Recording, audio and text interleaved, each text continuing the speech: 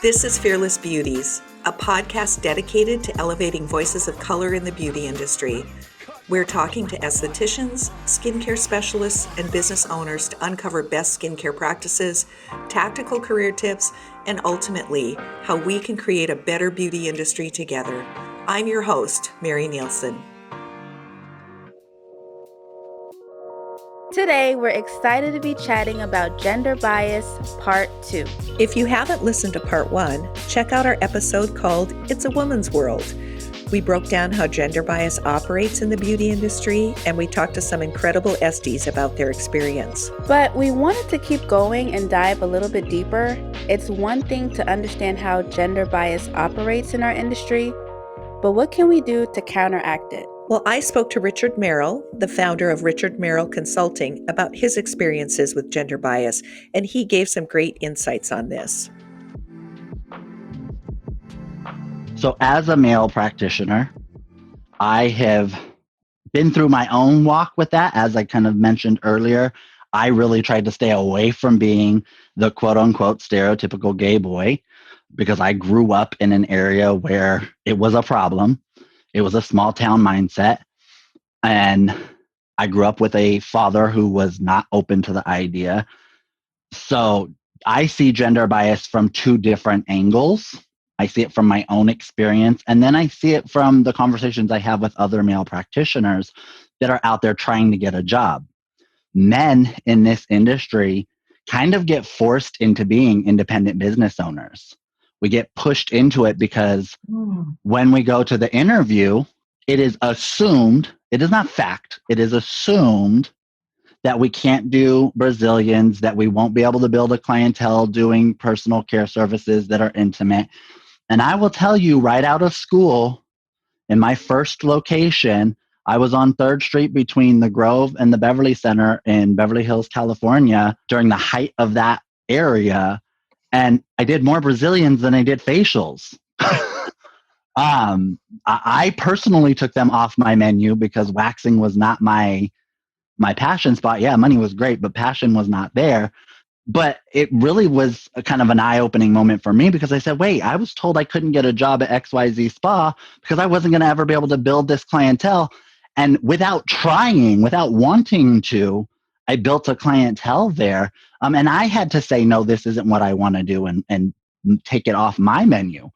And I think that's so common an experience for men, again, across the country. It's not specific to any area. Is there's just this belief system that if you're a man, you can't perform whatever. Therefore, your ability to pay yourself through your labor in an employee situation isn't there. And I have to always challenge people's thought process with that now, because my thing is there are male gynecologists. If there can be successful male gynecologists, why couldn't there and why wouldn't there be successful male spa professionals? And in my conversations with my clients and the people through my years, a lot of my female clients felt more comfortable coming to me because I was a gay male than going to another woman or to a heterosexual male. And I mean, we all have our preferences. At the end of the day, preferences exist. But when you build a business, you find your tribe and your tribe finds you. And if we're not providing as business owners, if we're not providing professionals who went through the same education you did, the opportunity to build their careers, we're doing our industry a disservice. And it is discrimination. At the end of the day, it is actual EEOC discrimination to not hire me because I am a male. But it happens every day in every state. I get more messages about that from my male clients than any other thing. And then they all end up going into their own businesses and doing really well. But we have to have this conversation and we have to get very clear about the fact that it is illegal to not hire somebody because of their gender. That's step 1. And step 2, there's nothing holding you back but your beliefs. Richard mentioned that due to gender bias in the beauty industry, it's assumed that males can't do certain tasks like Brazilian waxes. And I think that's really interesting to think about whether this is equivalent to the bias that women face traditionally in male industries like construction. I think construction's not necessarily a personal service, so it's not really comparing apples to apples. But what are your thoughts, Taylor? Well, I believe it all stems from gender roles. And that's like I mentioned in part one. There are just certain behaviors and careers society assigns to both males and females, and it originates from childhood. So, for careers, think about it. A little girl wants to be a princess, a veterinarian, a movie star, or a singer. And a little boy wants to be a firefighter, an athlete, or a construction worker. And I don't know if these are all solid examples, but if a little girl were to say that she wants to be a firefighter or a little boy say he wants to be a singer, it would be a little peculiar to hear. So, because the characteristics of those careers are not norms society has placed on them. So, for Richard and other male esties, people automatically think that they don't know how to do Brazilians or facials because it's what females do, right? It's hard for people to change their views towards something they've been taught all their lives. But just because something seems abnormal doesn't make it wrong. Yeah, I really like the way that you explain this. I do think that male estheticians have to work harder to show that they have skills and they can build a really successful practice.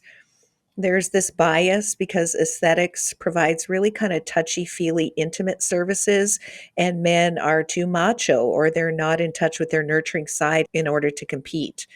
We talked about this in the other episode. I think if we push for more equality, like we've seen, the medical community shifting from only male physicians and female nurses, I think that we'll see a mix of both genders in both professions. Yeah, we really have to kill these stereotypes. Well, what do you think male estheticians can do to show their worth as estheticians? I think about what I've seen in women who have to show their worth in male dominated industries. What do? They show up and they show out. They are loud and they make it known that they know just as much or more than their male counterparts. They do what they need to do to stand out. So men must do the same. Don't allow society to place you in a bubble for others to tell you, oh, you aren't what they're looking for, or I wasn't expecting someone like you. Get the education needed and show up time and time again until someone gets it. Challenge those who stereotype you. So, Richard makes the comment that there are successful male gynecologists. Why do you believe the medical industry is open to male practitioners? What can the beauty industry learn from these medical professionals? Well, I think Richard had some interesting points about this that would help educate clientele. Great, let's hear it. Right now, where we are in our history right now, we're challenging everything. We don't need another thing to challenge, but we do. Growth happens when people stand up and challenge it. And I was actually really excited when you asked me to be part of this conversation because at the end of the day, everyone deserves the opportunity to succeed. And outside of myself, nobody has the right to tell me whether or not I'm going to succeed. But I should be equally afforded the opportunity to. And until we get to a space where we are equally affording everyone the right and the opportunity to succeed, we are holding ourselves back. Yeah, I think we hold ourselves back as an entire industry. I've talked about, I remember when men were not in nursing, right? And we called them, oh, he's a male nurse. Now, men are just nurses. They're in the medical industry. Not everyone's a doctor. You don't always assume, or at least I don't always assume, that my nurse is going to be a female. When we move into an industry where I feel like the industry will get elevated so that it is just normal that skincare professionals will be male or female. It won't necessarily have to be a dominant one or the other career. And I think it's important too to realize that there's a lot of concern around really, again, all of our concerns are around providing that client experience and ensuring that that client has such a good experience that they want to come back and that they want to tell friends. And when I was working with a booker who booked me out for celebrity clientele, I had a call that came through. She had said, hey, do you want to do this at this time? And I said, yeah, I got everything prepared. and got to that person's house. I can't say who it was, but got to that person's house, and that person turned me around and said, "I'm sorry, I'll have to reschedule," because it was a male that showed up at their house and they weren't informed. And I truly believe, had that client have been informed of who I was, what I was, the fear that comes up in us when something feels different or not normal, that fear can only be preemptively striked. I can't do anything about it once I'm at your door and you're now Yeah. in that feeling. So something that I learned through that experience, and it happened twice. It happened with a male client and with a female client, and both are huge people in the industry, in the entertainment industry. But it made me realize, because it came one from a male and one from a female, if we don't preemptively have that conversation, if we give the client the opportunity to choose, and then we explain, just like you would, the features and benefits of anything else, hey, this is an award-winning licensed esthetician. Yes, it's a male practitioner, but he's great, and da-da-da-da. That client would have been able to feel like they were given the choice to choose. But because they weren't given that choice to choose, it was an automatic no, and the door was closed, and there was nothing to fix it at that point. And I think that comes back to that conversation of a consultation. We really have to remember that, yes, there's going to be discomforts, and some of these things are going to require some shifting. But if you give people the information to make the best decision, you'll always win.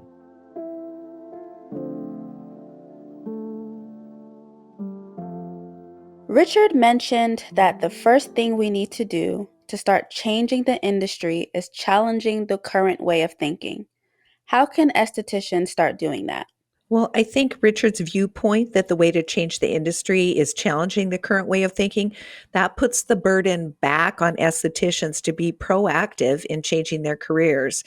It really dials it down and takes it to an individual level by demanding that estheticians reevaluate their own philosophies and value systems. It takes it kind of away from corporations need to change or schools need to change, and it dials it in and gives the esthetician power to change the industry. Yes, Mary, I love that. That was really well said. And I think it's taking the initiative to do what is right and break the status quo. So, Mary, what starts to shift when we start challenging these norms?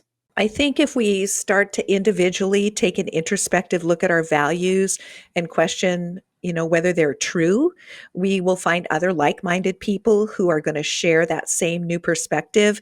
And then we begin to slowly shift an industry.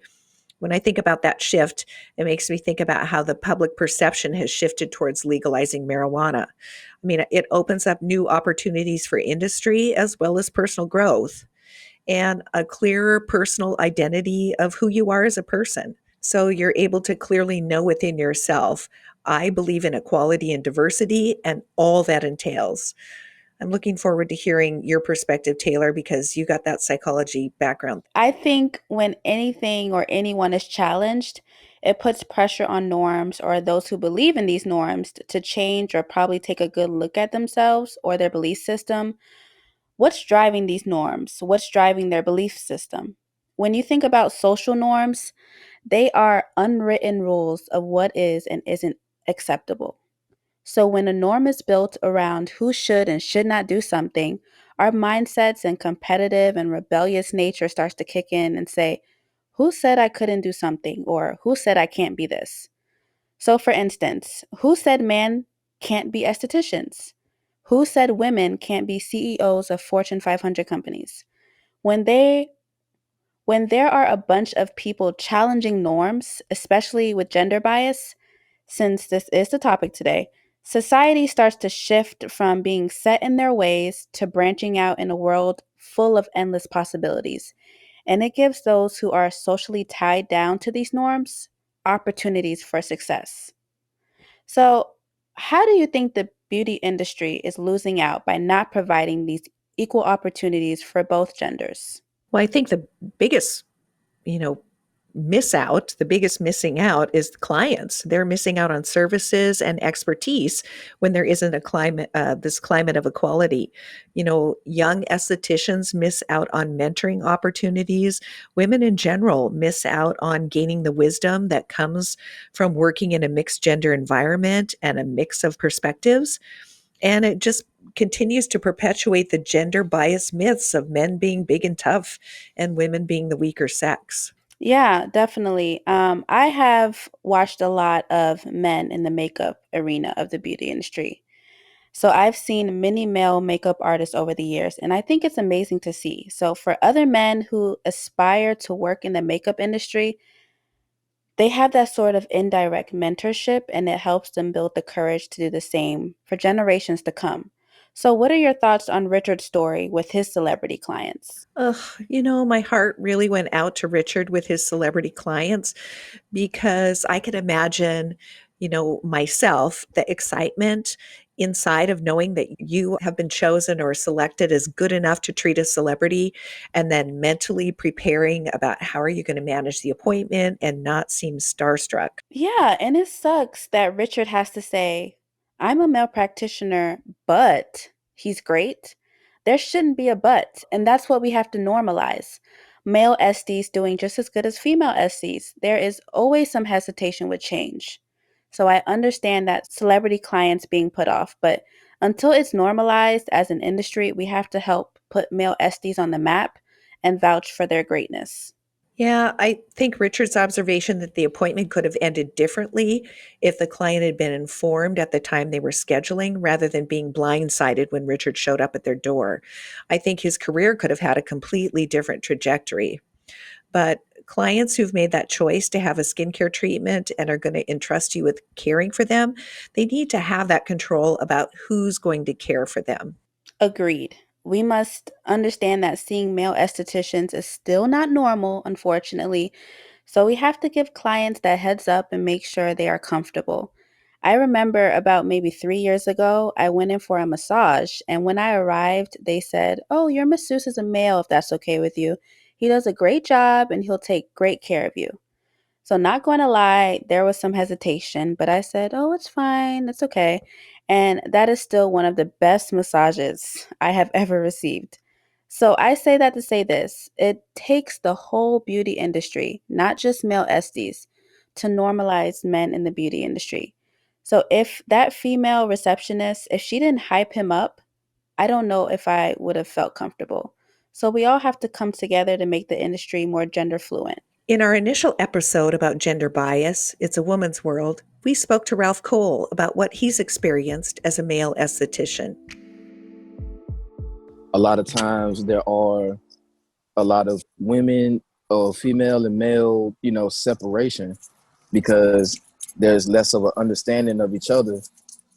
I can see that I can be really the bridge to that and be able to, open myself up to maybe go start, especially when I get to North Carolina, maybe start going to, these women empowerment ceremonies or, some of these brunches and everything. And maybe just, be the voice for men that say, hey, like, we're not y'all enemy. We care about y'all as much as y'all care about yourself. And not only that, there are a lot of women that are or that have been in terrible situations with men. And I totally understand that. And vice versa, as far as men dealing with women, I do also kind of see how there have been a lot of women that, is excited the fact that, I'm a male coming into this industry. And even for the men that is in the industry that I've connected with on social media, man, like it's like a huge thing because they're like, oh man, like I'm so excited to see another male in this industry. We need more representation. So I feel like it's really a win-win situation. In the beginning, we heard this in the initial episode about gender bias, but I think it's worth repeating. It's never been more important to build bridges between men and women. I think that Ralph really has that heart to build those relationships between men and women. Aesthetics, because it's mostly a female industry, And a lot of the skincare professionals are single moms, and they've chosen this field because they want the independence to balance their work life and their home life. And then as single moms, they may have some trust issues with men. But Ralph has a personal value system that includes wanting to be a healer. And that includes helping to heal the wounds that some women carry due to the fractured relationships they have with men. And I love how Ralph is not afraid to speak out about that. Speak out about the fact that women may be hesitant working alongside a male esthetician because of an abusive past, because that is real stuff and it shouldn't be taken lightly.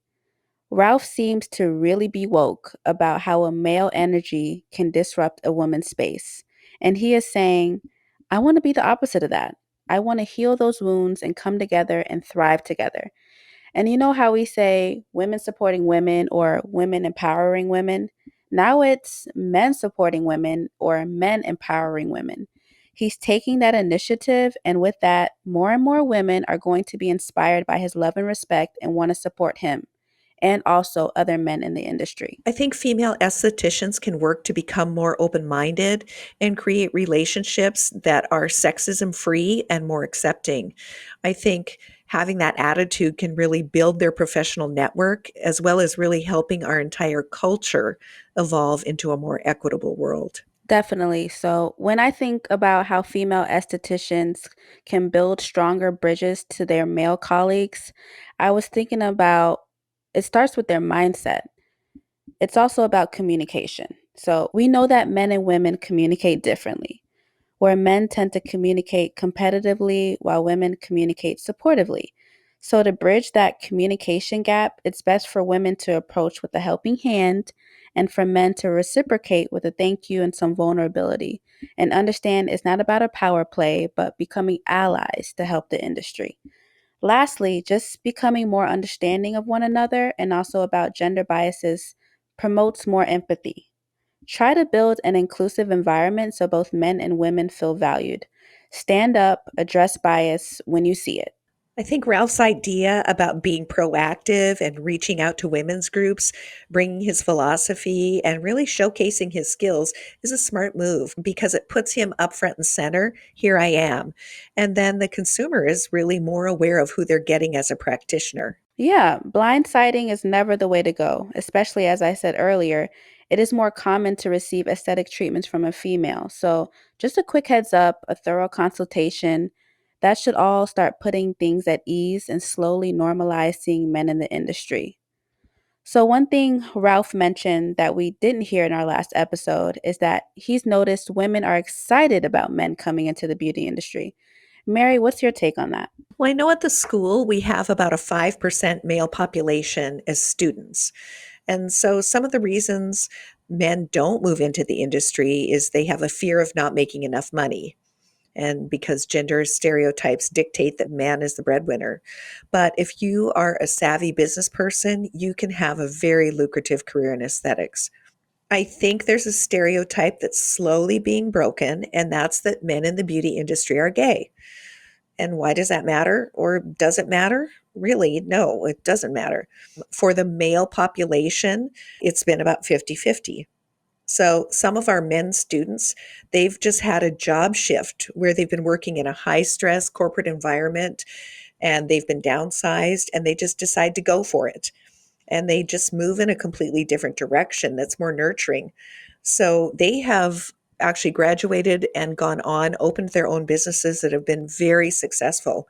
In fact, I contacted one Latino graduate to ask if he would like to be on the program to discuss gender bias, and he declined. He said he's been so successful, he doesn't feel like he's faced any gender bias. Well, I think that's great, first of all. But to go back to what you said just a few seconds ago about stereotypes, no, being a gay man in the beauty industry does not matter.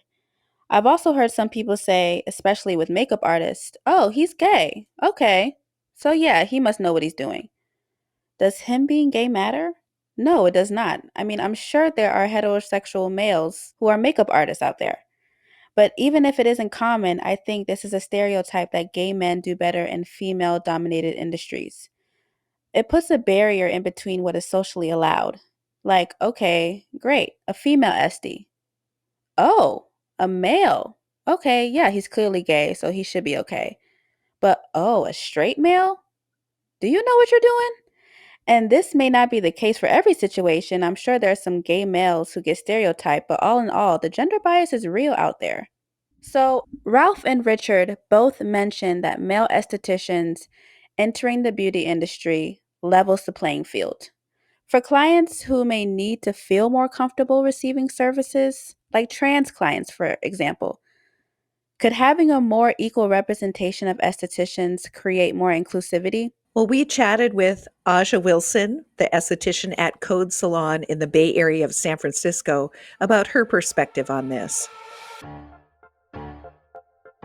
Someone being trans does not mean that they don't want these services too. It ultimately just means that, well, then we need to make sure that these people have access to come into our spaces and have these services as well. And so our spaces need to be safe and inviting spaces for everyone across the board. That's something too that I wanted to mention about where I'm currently working. So something that really helped kind of sell me on, okay, this is the place for me to start my career, is that everyone there, our owners included, have similar, ideals and passions and just overall values in relation to human connection. And so Code Salon actually has a bit of a partnership with a nonprofit called the Transgender Law Center.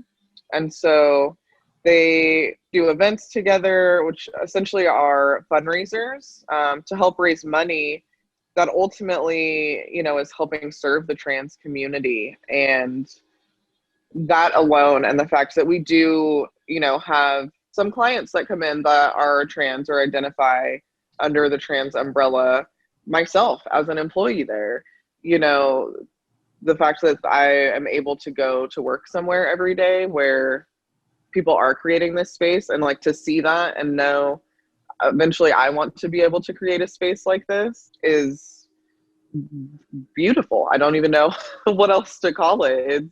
It's absolutely amazing. It's inspiring. I think Aja Salon Code is stepping into new territory by embracing everyone. Trans people are so misunderstood, poorly characterized and represented, and by Codes creating a space where they're respected and safe, it turns the light on for others to follow. Yes, I just love how Aja mentioned a safe space because that is so important. Trans men and women are forever being stigmatized. They're being discriminated against, bullied, abused. So, providing that space where they can get pampered and also have a conversation with others who respect and or align with their gender identity, because we all know that SDs are therapists too. That is incredible. So, I love what Asha is doing. Well, I think salons can learn that trans people are people first, and they have disposable income to spend. And for estheticians who go into the industry finding satisfaction and helping people, helping a trans person become more of who they are, it can be some of the more rewarding parts of the work that we do. So, scrolling through Instagram, I do not see a lot of info on how to treat transgender skin or spas creating spaces for trans men and women. And I think it is because they don't know enough. So, just to plug Fearless Beauties in here real quick, although this is our podcast, I feel like we don't mention or market our services enough. If you are an SD looking to build your transgender client base and you do not know where or how to get the necessary education to treat their skin, we have a whole chapter in our book dedicated to treating transgender skin with confidence, down to how to address them with their pronouns, what questions to ask in a consultation, common diseases and disorders, to the best aesthetic treatments to perform on their skin. And we have also recently launched our virtual certification course in correlation with our book to both teach you and test your knowledge on how to treat not only trans skin, but all skin of color, and hopefully help and encourage you to increase your client base in order to provide more safe spaces for trans people and also people of color.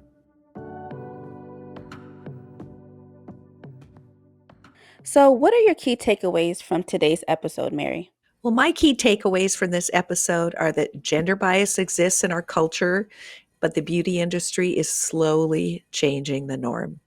And we have some industry leaders that are rising up and bringing that message.